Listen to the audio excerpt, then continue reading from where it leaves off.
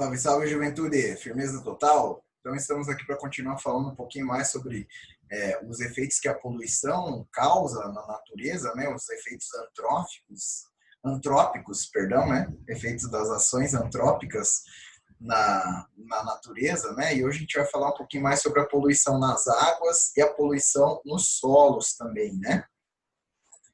Então, é muito triste a gente ver imagens como essa, né? Onde a gente observa córregos, né? Cursos de rio, também podemos observar isso no mar, muito contaminados, principalmente por dejetos plásticos, né? Então, o estilo de vida que privilegia o consumo exacerbado, que foi aquele que o ser humano adotou quando escolheu, né, o sistema capitalista e tudo que ele exige para que a economia continue crescendo, as vendas continuem aumentando, isso se traduziu na produção de produtos cada vez mais descartáveis, né? Então, que seriam usados por pouco tempo, seriam jogados fora e a pessoa compraria outro novo, né? E isso causou uma imensa geração de resíduos, principalmente de resíduos plásticos, né? E aí é muito triste a gente ver imagens como essa, né? Onde a gente pode identificar diversos tipos de embalagens plásticas aqui que foram jogados nesse curso de rio. Não precisa dizer, né? Qualquer pessoa que olhar isso aqui já vai saber que essa água está poluída e que provavelmente os animais que moram nesse curso de água vão ter muita dificuldade para conseguir sobreviver no meio de toda essa sujeira, né? Primeiro porque muitas vezes eles não vão ter discernimento, né? E não vão ter talvez uma visão tão boa para diferenciar isso de uma possível comida, por exemplo. Daí podem acabar ingerindo esses materiais que são tóxicos, né? Como a gente vê, infelizmente, tristes imagens de tartarugas que têm lá no seu estômago várias sacolas plásticas e acabam morrendo por causa disso, né? Então, vamos privilegiar o consumo consciente, né? Vamos consumir só o que a gente precisa para não ficar gerando esse excesso de resíduos e, além do mais, dar o destino correto para esses resíduos, né? Existem tantas pessoas, né, tantas famílias que sobrevivem aí através da catação de resíduos recicláveis, né? Então, se a gente separar esses resíduos e fizer a nossa parte também, vamos estar contribuindo para que eles não vão parar na natureza e diminuindo esse tipo de poluição, além do mais, ajudando várias famílias que sobrevivem desse trabalho de fazer a limpeza e a destinação correta desses resíduos que são gerados por nós. Beleza? Um dos problemas que pode ser causado também pela poluição das águas chama-se eutrofização. Eutrofização é o que a gente vê na imagem aqui, né? Então, a gente tem um lago que ocorreu um crescimento aqui de plantas nesse lago imenso, né? Então, mais do que seria o normal. Então, essas plantas crescendo em cima do lago acabaram cobrindo toda a superfície dele, deixando essa imagem aqui que parece que o pato está num gramado, mas na verdade o pato está nadando num laguinho que está eutrofizado, está com um crescimento aqui de várias plantas. Isso pode ser causado, né, principalmente pelo excesso de fertilizantes, então utilizados, por exemplo, pelo ser humano em uma região próxima, né, se existirem regiões de plantação aí que são próximas, né, a aplicação desses fertilizantes ali vai ser carregada pela chuva, né? Também muitas vezes esse fertilizante é aplicado na forma de aviões que passam em cima da plantação, e aí o próprio ar também acaba carregando esse fertilizante para os lagos, e aí ele vai ajudar a aumentar o crescimento das plantas que habitam o lago também. E aí esse crescimento exacerbado vai acabar cobrindo toda a superfície do lago, e isso é prejudicial principalmente para as plantas e para os animais que vivem lá submersos, né, na água do lago. Como que ele vai ser prejudicial? Para as plantas, né, as plantas que vivem lá dentro do lago, né, que não estão aqui na superfície, elas vão ser prejudicadas por se tornar o lago afótico, né?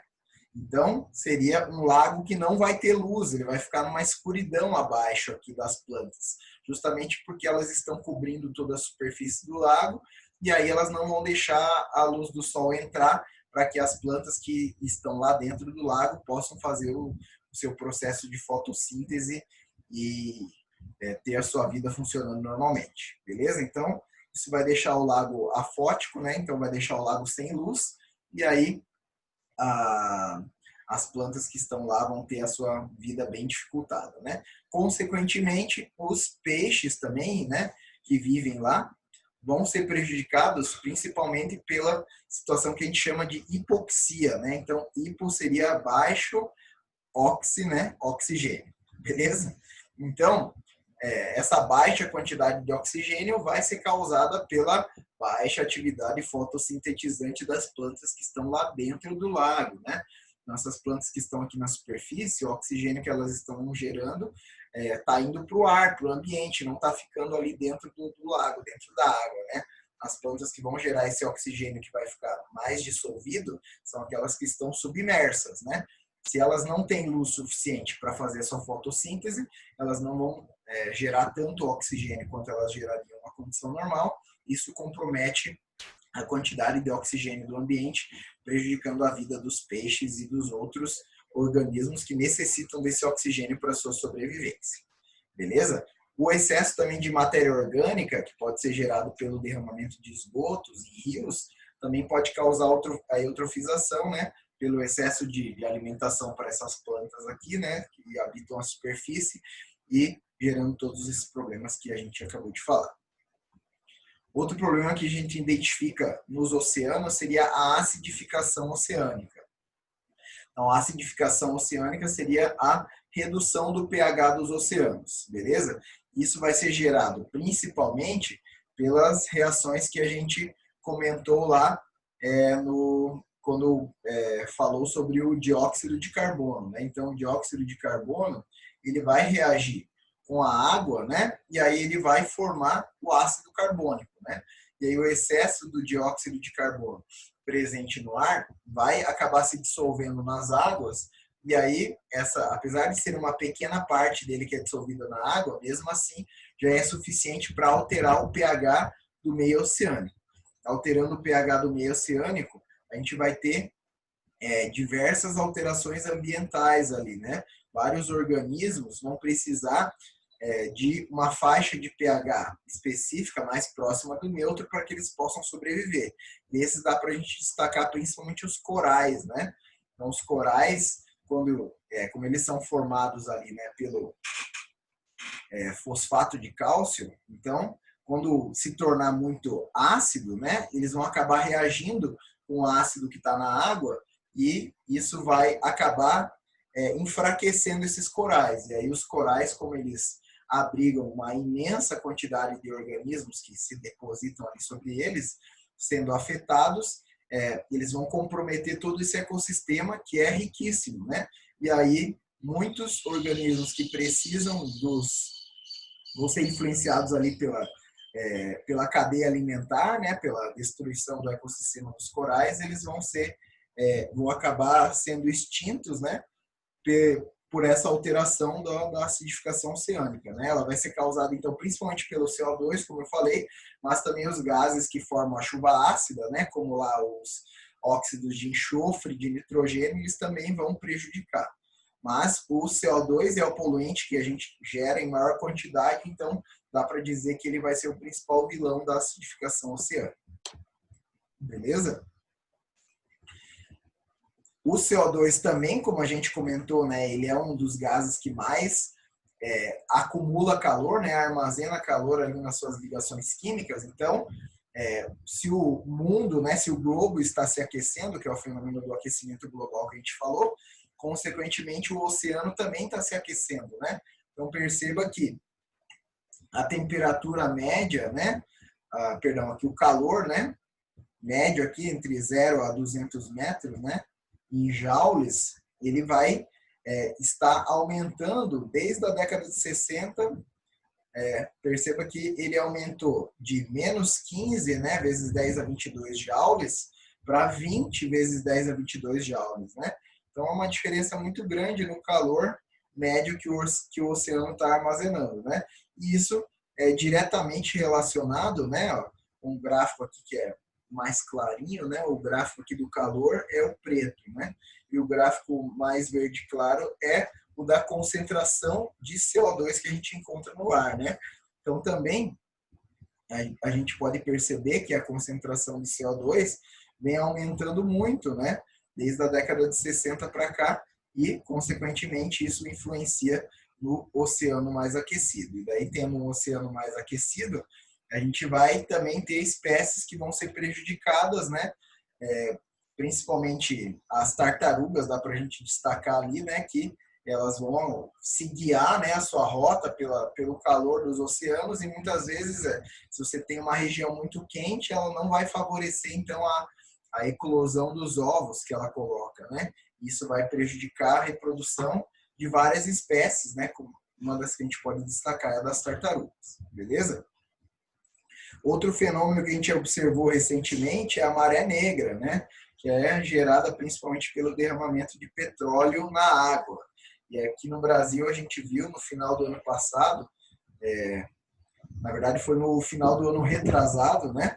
Esse fenômeno acontecendo, que é muito triste, porque o petróleo é uma mistura de hidrocarbonetos. Então, é uma mistura de compostos que não são solúveis na água.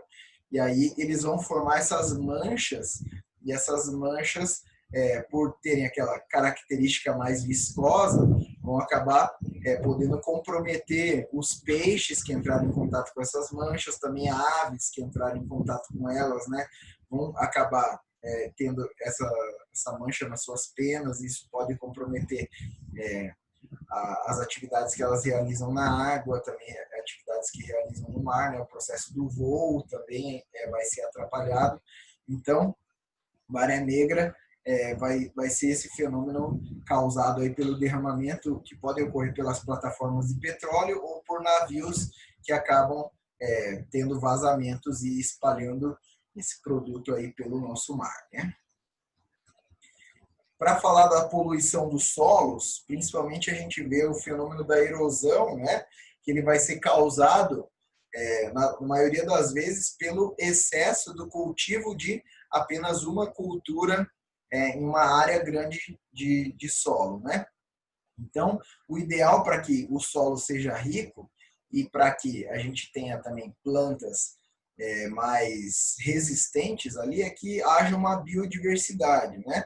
E o agronegócio, ele consiste principalmente na monocultura, nos latifúndios. Então, a plantação de grandes áreas com apenas uma espécie, né? E aí, essa espécie, por ser única naquela grande área, ela vai alterar todo o ecossistema. Então, ela vai atrair predadores daquela espécie, né?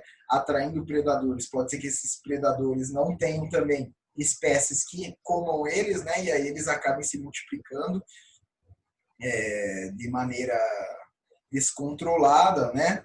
Também a gente pode observar que o solo vai ficar muito mais desgastado, porque sem a contribuição ali da matéria orgânica gerada por outras plantas que estariam habitando o mesmo local, ele vai ficar mais pobre, né? Então, as plantas da monocultura vão acabar sugando os nutrientes do solo e não devolvendo esses mesmos nutrientes para esse solo. Isso vai causar um desequilíbrio.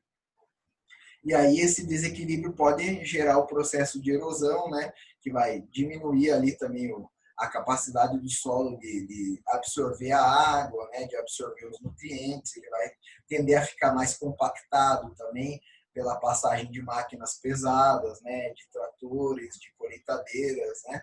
Então isso vai comprometer toda a estrutura do solo e na maioria das vezes o que é mais triste é que o dono da terra acaba abandonando, deixando o passivo ambiental ali e não corrigindo o solo e plantando novamente, né, para tentar fazer o processo de recuperação daquela área, né? Então, a monocultura, né, principalmente ali promovida pelos grandes produtores agrícolas, ela vai acabar causando esse problema de poluição nos solos, né? Acumulando então ali os agrotóxicos, né, que são despejados e também pelo processo de compactação, pelo processo de desgaste do solo, gerando o problema da erosão. Beleza, pessoal? Então, espero ter ajudado vocês a entender um pouco mais sobre a poluição das águas e poluição dos solos. Nos vemos nas próximas aulas. Um abraço.